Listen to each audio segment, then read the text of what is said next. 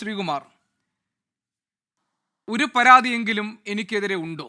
ഇന്ന് ഈ വിഷയത്തിൽ പ്രതികരിക്കാൻ രാഹുൽ മാങ്കൂട്ടത്തിൽ വന്നപ്പോൾ ചോദ്യം ചോദിച്ച മാധ്യമപ്രവർത്തകരോട് വിരൽ ചൂണ്ടി രാഹുൽ ചോദിച്ചത് ഇതാണ്: നിങ്ങൾക്ക് ആക്ഷേപമുണ്ടോ? നിങ്ങൾക്ക് ആക്ഷേപമുണ്ടെങ്കിൽ നിങ്ങൾക്ക് ആക്ഷേപം ഉന്നയിക്കാം. തെളിവുകളുണ്ടോ?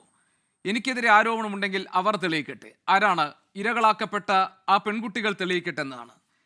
ശ്രീ എൻ ശ്രീകുമാർ, ഇന്നിപ്പോൾ ഈ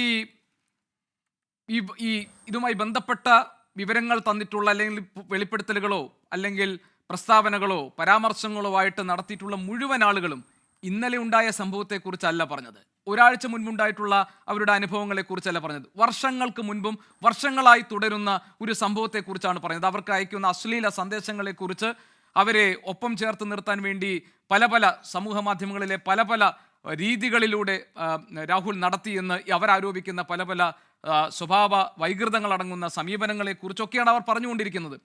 ഇതൊന്നും സംസ്ഥാന നേതൃത്വത്തിനോ ഈ സംഘടനയുടെ സംവിധാനത്തിനോ അറിയാമായിരുന്നില്ല എന്നാണോ നമ്മൾ നിഷ്കളങ്കമായി വിശ്വസിക്കേണ്ടത്, ശ്രീ എൻ ശ്രീകുമാർ? ഇനി പരാതിയൊന്നുമില്ല എന്ന രാഹുൽ മാങ്കൂട്ടത്തിലിൻ്റെ ന്യായം, അത് ഇവിടുത്തെ കോൺഗ്രസിൻ്റെ സംസ്ഥാന നേതൃത്വത്തിന് ഒരു ന്യായമായി പൊതുസമൂഹത്തിന് മുന്നിൽ അവതരിപ്പിക്കാൻ കഴിയുമോ? ഇന്നലെ സംസാരിച്ച റിനി എന്ന് പറയുന്ന പെൺകുട്ടി പിതൃതുല്യനായി കാണുന്ന പ്രതിപക്ഷ നേതാവിനോട് തനിക്കുണ്ടായ മോശം അനുഭവങ്ങളെക്കുറിച്ച് പറഞ്ഞു. അതിന് പ്രതിപക്ഷ നേതാവ് പറഞ്ഞ മറുപടി, ഒരു പിതാവ് സ്വന്തം മകൾക്ക് ഇങ്ങനെ ഒരു അനുഭവം ഉണ്ടാകുക എന്ത് ചെയ്തിട്ടുണ്ട്, അത് ഞാൻ ചെയ്തിട്ടുണ്ടെന്നാണ്. അവിടെ നിർത്തേണ്ടതായിരുന്നു ആ നടപടി. അപ്പോൾ സംഘടനാ സംവിധാനത്തിനകത്ത് ഒരു പരിരക്ഷ കിട്ടിയ, സംരക്ഷണം കിട്ടിയ, താലോലിക്കപ്പെട്ട എല്ലാ ആരോപണങ്ങളും പ്രശ്നങ്ങളും ഉന്നയിക്കപ്പെടുമ്പോഴും അതെല്ലാം മറച്ചു വെച്ചുകൊണ്ട് ഷാഫി പറമ്പിലിനെ പോലെ ഒരാളുടെ രക്ഷാകർതൃത്വത്തിൽ വളർന്ന് പന്തലിച്ച ആളായിരുന്നു രാഹുൽ മാങ്കൂട്ടത്തിൽ എന്നാണോ ശ്രീ എൻ ശ്രീകുമാർ നമ്മൾ മനസ്സിലാക്കേണ്ടത്? ഇനി ഈ വിവരങ്ങളൊക്കെ ഇപ്പോൾ ചങ്ങല പോലെ ഒന്നൊന്നായി പുറത്തേക്ക് വരുന്നത് കോൺഗ്രസിനകത്ത് തന്നെ ആരുടെങ്കിലും നിക്ഷിപ്ത താല്പര്യത്തിന്റെ ഭാഗമായി വരുന്നതാണോ? ഇനി അങ്ങനെയും ഒരു പരിശോധന ആവശ്യമുണ്ടോ, ശ്രീ എൻ ശ്രീകുമാർ? ഓഡിയോ കട്ടായി. നോക്കൂ ഗോപികൃഷ്ണൻ, ഇത് ഒരു പൊതുസമൂഹം ചർച്ച ചെയ്ത വിഷയമെന്ന നിലയ്ക്ക് കോൺഗ്രസ് ചടുലമായ തീരുമാനമെടുത്തു എന്നുള്ളതാണ് നമ്മുടെ കോൺഗ്രസിൻ്റെ എതിർഭാഗത്തുള്ള സുഹൃത്തുക്കളെ അസ്വസ്ഥരാക്കുന്നത്. ഇന്നലെ സന്ധ്യയ്ക്ക് ഒരു യുവതി ചില കാര്യങ്ങൾ ചാനലുകളോട് വെളിപ്പെടുത്തുന്നു. ഇന്ന് ഉച്ചയ്ക്ക് 1:30 ആയപ്പോഴേക്കും പേര് പറഞ്ഞിട്ടില്ല, പരാതിയില്ല, എങ്കിൽ പോലും പൊതുസമൂഹം ചർച്ച ചെയ്ത വിഷയമെന്ന നിലയ്ക്ക് ഇന്ത്യൻ നാഷണൽ കോൺഗ്രസിൻ്റെ പാരമ്പര്യവും സ്ത്രീജന ബന്ധ സംസ്കാരവും ഉൾക്കൊണ്ടുകൊണ്ട് ഒരു തീരുമാനമെടുത്തു. ആ പ്രസിഡന്റ് സ്ഥാനത്ത് നിന്നും രാഹുൽ മാങ്കൂട്ടത്തിനെ മാറ്റുക എന്നുള്ളത്. അങ്ങനെ അദ്ദേഹം 1:30 മണിക്ക് രാജിവെച്ചു. ഈ ചടുലമായ തീരുമാനം എടുക്കാൻ കഴിവുള്ള മറ്റൊരു പാർട്ടി കേരളത്തിലുണ്ടെന്ന് ഗോപികൃഷ്ണന് തോന്നുന്നുണ്ട്. ഇനി എന്തുകൊണ്ട് അങ്ങനെ പാർട്ടിയെ അവർ ആവശ്യപ്പെട്ടിട്ടില്ല, ആരും തന്നോട് പറഞ്ഞിട്ടില്ല, ഇത് സ്വന്തം നിലയ്ക്ക് എടുക്കുന്ന തീരുമാനമാണ്. രാഹുൽ മാങ്കൂട്ടത്തിൽ ഓൺ ക്യാമറയിൽ പറഞ്ഞതാണ്. അത് രാഹുൽ മാങ്കൂട്ടത്തിൻ്റെ അഭിപ്രായമായിട്ട് കണക്കാക്കുക. കോൺഗ്രസ് ഒരു തീരുമാനം എടുക്കുമ്പോൾ കൂട്ടായ ചർച്ചയുടെ അടിസ്ഥാനത്തിലാണ്. കാരണം ഇതൊരു പരാതിയില്ല, ആരും വ്യക്തിമായ പോലീസ് സ്റ്റേഷനിലോ കോടതിയിലോ പരാതി കൊടുത്തിട്ടില്ല. അവരുന്നയിച്ചത് പേര് പറയാതുള്ള ഒരു ആക്ഷേപമാണ്. അപ്പോൾ പേര് പറയാനുള്ള ആക്ഷേപം ചെന്ന് പതിച്ചത് കോൺഗ്രസ്സിലാണ്. അതുകൊണ്ട് കോൺഗ്രസിനെ രക്ഷിക്കേണ്ട ബാധ്യത KPCCക്കും അതുപോലെ കോൺഗ്രസിനെ നയിക്കുന്ന മറ്റ് പ്രതിപക്ഷ നേതാവ് ഉൾപ്പെടെയുള്ളവർക്കുണ്ട്. അതുകൊണ്ടാണ് ഞാൻ പറഞ്ഞത്, മണിക്കൂറുകൾക്ക് കാത്തു നിൽക്കാതെ, ന്യായീകരിക്കാതെ, ന്യായീകരണ തൊഴിലാളികളെ ഇറക്കാതെ, മറ്റു നേതാക്കളെ കൊണ്ട് ന്യായീകരിപ്പിക്കാതെ കൃത്യമായ തീരുമാനമെടുത്ത് അവസാനിപ്പിച്ചു. ഇനി വരുന്നത് വ്യക്തിപരമായ കാര്യമാണ്. അത് രാഹുൽ മാങ്കൂട്ടത്തിൽ നേരിടേണ്ടി വരും. കാരണം രാഹുൽ മാങ്കൂട്ടത്തിൽ യൂത്ത് കോൺഗ്രസിൻ്റെ പ്രസിഡന്റ് സ്ഥാനം രാജിവെച്ച ശേഷം അദ്ദേഹം പറഞ്ഞത്, എന്നെ ന്യായീകരിച്ച് പ്രവർത്തകരെ ബുദ്ധിമുട്ടിക്കാൻ ഞാൻ ആഗ്രഹിക്കുന്നില്ല. ആ നിലയ്ക്ക് അദ്ദേഹം ഇതുവരെയുള്ള എല്ലാ പരാതികളും ഇപ്പോൾ പറഞ്ഞു കേട്ടിട്ടുള്ള ആ അവന്തിക എന്ന ആ മാന്യദേഹം എന്ന് പറഞ്ഞ കാര്യം ഉൾപ്പെടെ അന്വേഷിക്കട്ടെ. ഞാനൊരു കാര്യം പറയട്ടെ, തെളിവുകൾ ചോദിച്ചാൽ എന്റെ പക്കലില്ല, പക്ഷെ ഞാനൊരു കാര്യം പറയട്ടെ. ഇന്നലെ ഈ റിനി എന്ന് പറയുന്ന ഈ പുതുമുഖ നടി ഈ ആരോപണങ്ങളൊക്കെ ഉന്നയിക്കുന്നതിന് മുൻപ് തന്നെ കേരളത്തിന്റെ ചുമതല വഹിക്കുന്ന AICC സെക്രട്ടറി ദീപാദാസ് മുൻഷിക്ക് 6 പരാതികൾ ലഭിച്ചിട്ടുണ്ട് എന്നാണ് മനസ്സിലാക്കാൻ കഴിഞ്ഞത്. എനിക്കറിയില്ല, അതിന് തെളിവുകൾ ചോദിച്ചാൽ എൻ്റെ കയ്യിൽ തെളിവുകളായി തരാനുമില്ല. അതിന് തൊട്ട് പിന്നാലെ തന്നെ സംസ്ഥാന നേതൃത്വമായി ആശയവിനിമയം നടത്തുകയും ഈ കാര്യങ്ങളിൽ പരിശോധനകൾ വേണമെന്ന് പറയുകയും ചെയ്തു എന്നാണ്. ഇനി താങ്കൾ പറഞ്ഞതുപോലെ രേഖാമൂലം ഒരു പരാതി ഇല്ല എന്ന് കരുതുക. അങ്ങനെയാണെങ്കിലും ഈ ഇത്തരത്തിലുള്ള സ്വഭാവ വൈകൃതം മൂലം ബുദ്ധിമുട്ടുകൾ അനുഭവിക്കുന്നവരുണ്ട്. അതുമായി ബന്ധപ്പെട്ട കാര്യങ്ങൾ ഷാഫി പറമ്പിലിനെ പോലുള്ളവരെ ധരിപ്പിച്ചിരുന്നു പല സന്ദർഭങ്ങളിലായി എന്നൊക്കെയാണ് ഇവരിൽ പലരും പറയുന്നത്. അതൊക്കെ വെറുതെ പറയുന്നതാണോ? അതിനെക്കുറിച്ചൊന്നും നേതൃത്വത്തിനൊന്നും അറിയുമായിരുന്നില്ലേ? അതോ ഇനി പരാതിയാകട്ടെ, അതെല്ലാം രാഹുൽ മാങ്കൂട്ടത്തിൽ മാനേജ് ചെയ്തോളും, അദ്ദേഹത്തിന്റെ സ്മാർട്ട്നെസ് കൊണ്ട് അതെല്ലാം കവറപ്പ് ചെയ്തോളും എന്ന് കരുതിയോ നേതൃത്വം?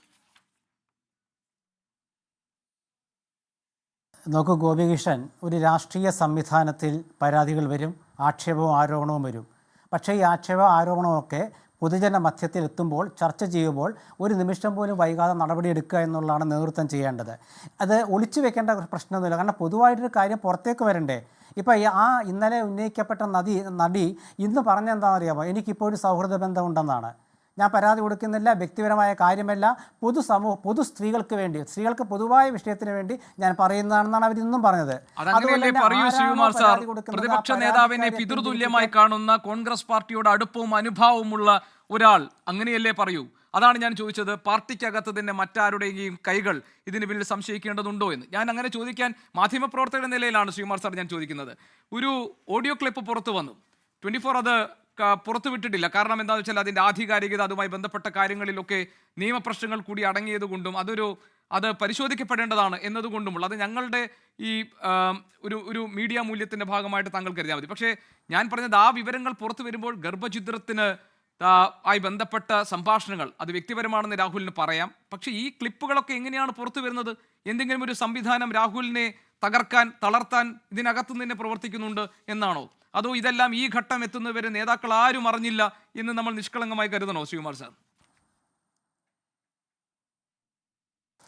നോക്കൂ ഗോപികൃഷ്ണൻ, ഞാൻ പറഞ്ഞില്ലേ, കോൺഗ്രസ് എന്ന പ്രസ്ഥാനത്തിൽ ഈ വക കാര്യങ്ങളൊക്കെ ഉണ്ടായിട്ടുണ്ടോ എന്ന് ചോദിച്ചാൽ അതിന് വ്യക്തമായ തെളിവോ കാര്യങ്ങളോ ഇല്ലാതെ എനിക്ക് പറയാൻ കഴിയില്ല. കാരണം പരാതിക്കാരെ എന്ന് പറയുന്നത് ഒന്നുകിൽ പാർട്ടി നേതൃത്വത്തിന്, അല്ലെങ്കിൽ അവർക്ക് വ്യക്തിപരമായ പരാതി സാധാരണ നമ്മൾ പോലീസിലും കോടതിയിലുമാണല്ലോ കൊടുക്കുക. അത് കൃത്യമായിട്ട് അവർ ചെയ്യട്ടെ. ഞാൻ പറയുന്നത് ഇതിലത്തെ രാഷ്ട്രീയമാണ്.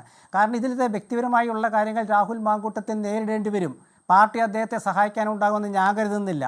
ഇവിടെ രാഹുൽ മാങ്കൂട്ടത്തിൽ ഇന്ന് ഉച്ചയ്ക്ക് 1:30 മണിക്ക് രാജിവെച്ചത് എന്തുകൊണ്ടാണെന്ന് വെച്ചാൽ പൊതുസമൂഹം ഈ വിഷയം ചർച്ച ചെയ്തുകൊണ്ടാണ്. പൊതുസമൂഹം വിഷയം ചർച്ച ചെയ്യുമ്പോൾ അത് ഞങ്ങൾ ഏതെങ്കിലും യോഗം ചേരട്ടെ, കാത്തിരിക്കൂ എന്നല്ലല്ലോ പറഞ്ഞത്.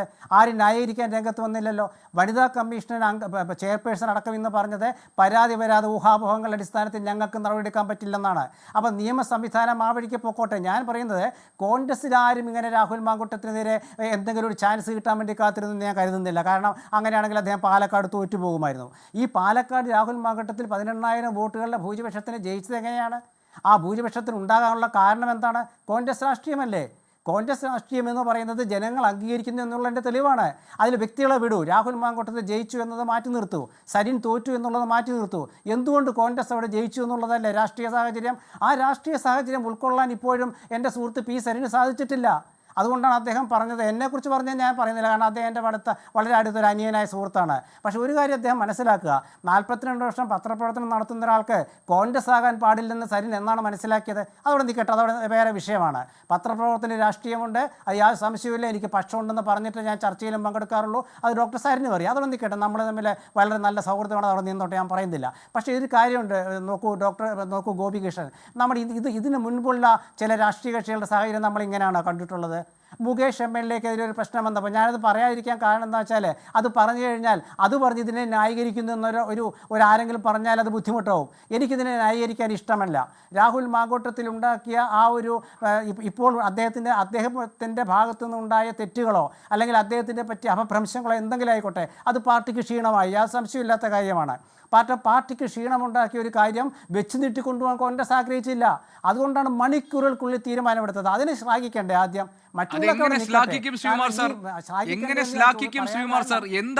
എന്തായിരുന്നു രാഹുൽ മാങ്കൂട്ടത്തിന്റെ വാർത്താ സമ്മേളനത്തിലെ പ്രകടനം?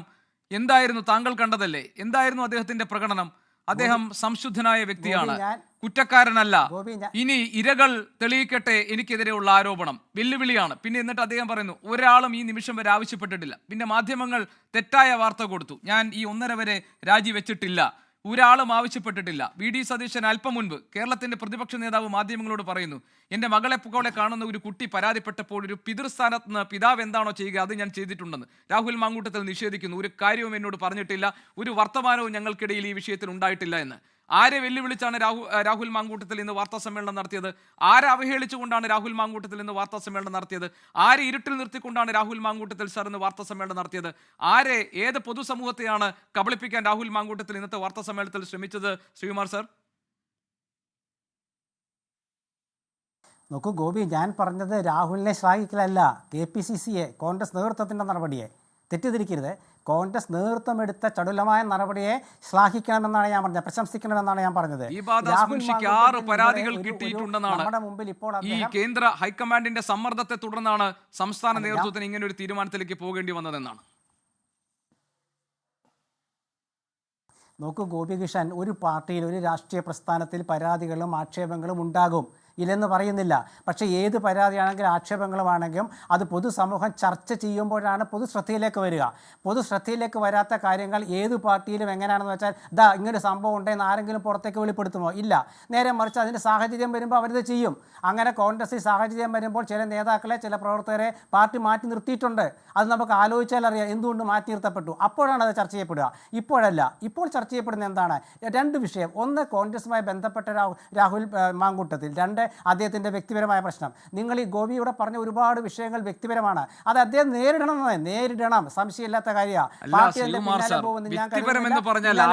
രാഹുൽ മാങ്കൂട്ടത്തിൽ അദ്ദേഹം പാലക്കാട് നിയോജക മണ്ഡലത്തെ പ്രതിനിധീകരിക്കുന്ന ജനപ്രതിനിധിയാണ്. അദ്ദേഹം ഈ യൂത്ത് കോൺഗ്രസിന്റെ സംസ്ഥാന അധ്യക്ഷനാണ്. അദ്ദേഹം ഒരു പൊതുപ്രവർത്തകനാണ്. നാളെ ഉന്നതമായ ഉത്തരവാദിത്തപ്പെട്ട സ്ഥാനങ്ങളിൽ എത്തിപ്പെടാൻ സാധ്യതയുള്ള ഒരു യുവ നേതാവാണ്. സ്വന്തം പദവിയിൽ നിന്നുകൊണ്ട് ഇങ്ങനെ സ്ത്രീകളെ സമീപിക്കുന്ന രീതി, അധികാര ദുർവിനിയോഗം നടത്തുന്ന, അവരെ വശത്താക്കാൻ വേണ്ടി നടത്തുന്ന ഇത്തരത്തിലുള്ള നീക്കങ്ങൾ, ഒരു സമ്മർദ്ദം ഉണ്ടാക്കുന്ന തരത്തിലുള്ള ഇടപെടലുകൾ അപകടകരമായ രീതിയിലായിരുന്നില്ലേ? അങ്ങനെയാണെങ്കിൽ രാഹുൽ മാങ്കൂട്ടത്തിൻ്റെ ഇതുവരെയുള്ള സാമൂഹിക ഇടപെടലുകൾ അതിനെ എങ്ങനെയാണ് കോൺഗ്രസ് നേതൃത്വം ഇതുവരെ കൈകാര്യം ചെയ്തത്? ഇത്രയൊക്കെ വിവരങ്ങൾ ഉണ്ടായിട്ട് കോൺഗ്രസ് നേതൃത്വം കൈകാര്യം ചെയ്തതാണ് ഇന്ന് കണ്ട രാജി. യൂത്ത് കോൺഗ്രസിൻ്റെ സംസ്ഥാന പ്രസിഡന്റ് സ്ഥാനം രാജിവെച്ചത് ഗോപികൃഷ്ണൻ. കാരണം യൂത്ത് കോൺഗ്രസ് എന്ന് വെച്ചാൽ കേരളത്തിലെ യുവാക്കളുടെ, യുവജനങ്ങളുടെ, വനിതകളുടെ ഒക്കെ ചെറുപ്പക്കാരുടെ സംഘടനയാണ്. ആ സംഘടനയുടെ അധ്യക്ഷ സ്ഥാനത്തേക്ക് മത്സരിച്ച് ജയിച്ച ഒരാളെ കൊണ്ടാണ് ഇന്ന് രാജിവെപ്പിച്ചത്. അത് രാജിവെച്ചോ വെപ്പിച്ചില്ല എന്നൊക്കെ ഓരോരുത്തർ അവരുടേതായ ഭാഷയെ പറഞ്ഞിട്ട് അത് വിരോധമൊന്നുമില്ല.